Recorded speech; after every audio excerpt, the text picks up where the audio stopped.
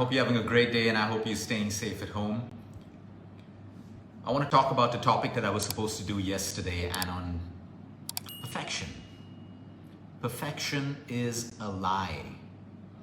It's not our fault because the movies, the songs, the books have all molded our mindsets to believe and portray to us how a perfect marriage has to look, how a perfect love has to look, like just in the movies. Okay, how a perfect relationship needs to look, a perfect life needs to look. But we need to get back to reality. A lot of people get what they want, but they still feel unhappy and they feel unfulfilled and they're constantly searching.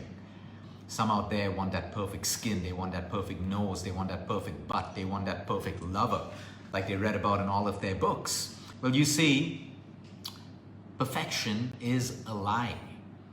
So many people get what they want. They get that partner that they've dreamed of all their life. And in about a year or two, once the honeymoon period is over, that partner is no longer their dream. What changes? Why does that happen? It was perfect in the beginning. Or you get that perfect job. Okay, you get that job, you're happy for a couple of days and everything's going good. And then you start to face all the pressures of the job. Your boss changes, something goes wrong. And all of a sudden, it's not so perfect. You get that perfect car. It's working fine for a while, then it gets scratched or someone bangs into it, or it has a mechanical failure, and all of a sudden it's not perfect for you anymore. You say you're going to be the perfect parent while you're pregnant and you and your husband are waiting for the child to come, and as the child grows you start labeling them with, oh, these teenagers, they're just so rude and they're so whatever. So what was once perfect that you wished for now seems to be your biggest problem. The problem with perfect is it doesn't exist. It is a lie sold to you. What exists are flaws. What exists are ups and downs in lives. What exists are failures and success. Everything. Nature isn't perfect. Look around you. Nature isn't perfect. You'll find one perfect flower and the other flower isn't as perfect as the same plant. You find two trees of the same species and both of them, one is deformed and one is growing really well. When we aim for perfection all the time, our stress and anxiety goes up. We put all of our energy. There are people who burn out, they waste their money, they spend their time that they should be spending with their families to achieve that perfection. In every aspect of their life, there are people who are constantly trying to get that perfect body, but yet it doesn't bring fulfillment in their life. Because the problem is we should not be focusing on perfection. We should be focusing on how to cultivate mindfulness. So we know who we are and we know what we really want. We don't have to be pulled by the opinions of everyone, do what everyone's doing outside. We have to learn how to be tolerant. So if your partner changes, which your partner will change, they're not going to be the same person on the day you get married and 2 years later. Everyone changes. Your children change. Your parents change. You change. So we have to learn tolerance. To make something which is imperfect perfect, we have to learn mindfulness. We have to learn tolerance. We have to learn how to tolerate changes in our partners, changes in love, changes in our job, changes in our bosses. Change is real. It's happening all the time. If you got into that relationship thinking that your partner is going to be the same in your dating phase and in the first couple of months in your marriage, you're highly mistaken because every human being changes. So we have to learn tolerance. We have to learn acceptance. We have to learn the power of letting go. We have to learn forgiveness. When we learn these superhero powers, whatever is imperfect can now appear to be a little more perfect to you because you're dealing with the situation. You're not changing something that doesn't exist. You're not changing perfection. You're not chasing perfection that does not exist. Instead, you chase self-work, knowledge. How can I become more mindful? How can I have a mind of my own, a heart of my own that can help me make my own decisions, that can help me to decide what's right and wrong? How can I get courage? How can I cultivate courage to go out there and be myself, to speak myself, to put my real self out there, not a fake me? How can I learn to accept things that I cannot change, things that are beyond my control? When I learn to accept it, imperfect can actually become perfect. How do I learn to let go of things that don't serve me anymore? Or do I still need to hold on to that facade in my search of perfection? How can I let go of things or people that no longer serve me? They were good at some point in my life, but right now they don't serve me anymore. So let me gracefully let go. Maybe I have to forgive myself or other people. You think you're perfect? You think everyone around you is perfect? Well, that's your false expectation, because no one is perfect. No one is perfect at all. You never put people up on pedestals. If you put people up on pedestals, you lower yourself automatically. You can respect people, you can honor people, but you never put them up on a pedestal. Never. You have to have your self-esteem and self-worth in check.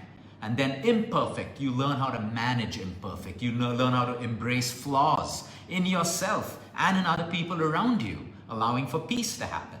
On the other side, if you can't accept your own flaws, why should other people accept your flaws as well? Of course, if we have a flaw or something we can change, we can make a mindful decision to change that, to get better, to lose a bad habit. We can take that action. But stuff that you cannot change, you embrace it. You embrace your flaws. You have a crooked nose, big deal. You're way larger. Your life is way larger than your crooked nose. Your life is way larger than a little bit of fat that's hanging off your body. You're way larger than that. And for that, you need mindfulness. You need to know who you are, grounded. Again, so you can make imperfect perfect in your own eyes when you learn tolerance, when you learn forgiveness, when you learn acceptance, when you learn letting go. When you learn all of these things together, your life automatically gets better for you, because there's always going to be someone better looking than you. There's always going to be someone else with better skin than you. There's going to be someone fitter than you, someone younger than you, someone smarter than you, someone richer than you. So the sooner you realize that does not define perfection in life. Some of the people who have it all are the saddest and most depressed people, because all the material things you have doesn't equal success, happiness, or fulfillment. But we perceive it to be, oh wow, they have such a great life and so much of money, they must be so happy. There is no correlation between that. I see some of the happiest couples, the hottest couples, page 3 all over the news or whatever. They've not slept together in their married life for 2 years because they're just bored of each other. Is that happiness? Is that perfection? They can dress on the outside to be perfect in society's eyes, but behind closed doors, they have the most miserable life. You don't want to aim for perfection. You want to aim for excellence. Excellence in learning tolerance and demonstrating tolerance. Excellence in learning and practicing and demonstrating acceptance, letting go, forgiveness. Because remember, people will never, and they don't have to say the things that you want to hear. People don't have to agree with you. People don't have to like you. The sooner you realize these things, okay, you realize there's imperfection all around you. And the only way to survive in a world of imperfection is to be okay with it. What action you can take to improve, do it. What you can't, leave it.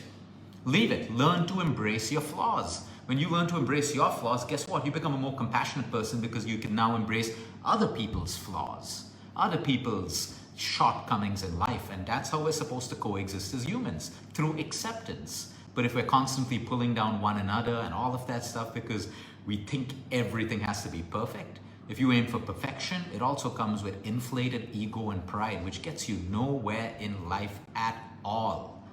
So nothing perfect exists. Don't look for that perfect marriage. Look for the skills that can make your marriage seem perfect in your eyes. Don't look for that perfect partner. He or she doesn't exist. You know it. You know it. You'd like to believe they exist, but they don't. But learn the skills. Invest in learning the skills where you can nurture a relationship, nurture your partner, understand them, maybe help them, or they help you, or you'll complement one another. Don't look for that perfect job. Look for skills to be great at any job you have. That's how we move through life, because the whole world is feeding you a lie of perfect. Everyone's showing you their best sides on social media, the best sides in the press. No one wants to show you the dark sides, or the sides that are not so good, leaving you and your kids with the impression that it's a perfect world out there. But today, I think all of us now, with the rude shock of what's happening around the world, we know it isn't as perfect as the world sold that lie to us. It is. It's far from that. It's a beautiful mess of insecurity, poor infrastructure, human emotions all over, wrong priorities, and we have to change that. What do we need for that? Skills like acceptance, letting go, learning to manage your stress, learning to be mindful, learning to help others genuinely from your heart, learning not to be self-centered and helping other people, learning to invest in yourself so you can be strong enough to help other people as well as yourself. These are simple life lessons that we work. There is no perfection. Learn to be perfect at accepting your flaws, tolerating other people's flaws within the boundaries that you define. That's how you improve your life. Imagine the perfect person trying to be happy. Impossible, because nothing's perfect around you. So every time something appears imperfect, you start getting stressed out, angry, anxious, and all of that stuff. That is one commonality amongst all perfectionists. They're always irritable, and they will be, because everything around them is never going to be the way they want it to be. It doesn't have to, and it isn't. Have a great weekend, everyone. Until next time, eat smart, move more, sleep right, and breathe deep. And remember, you care is all about you.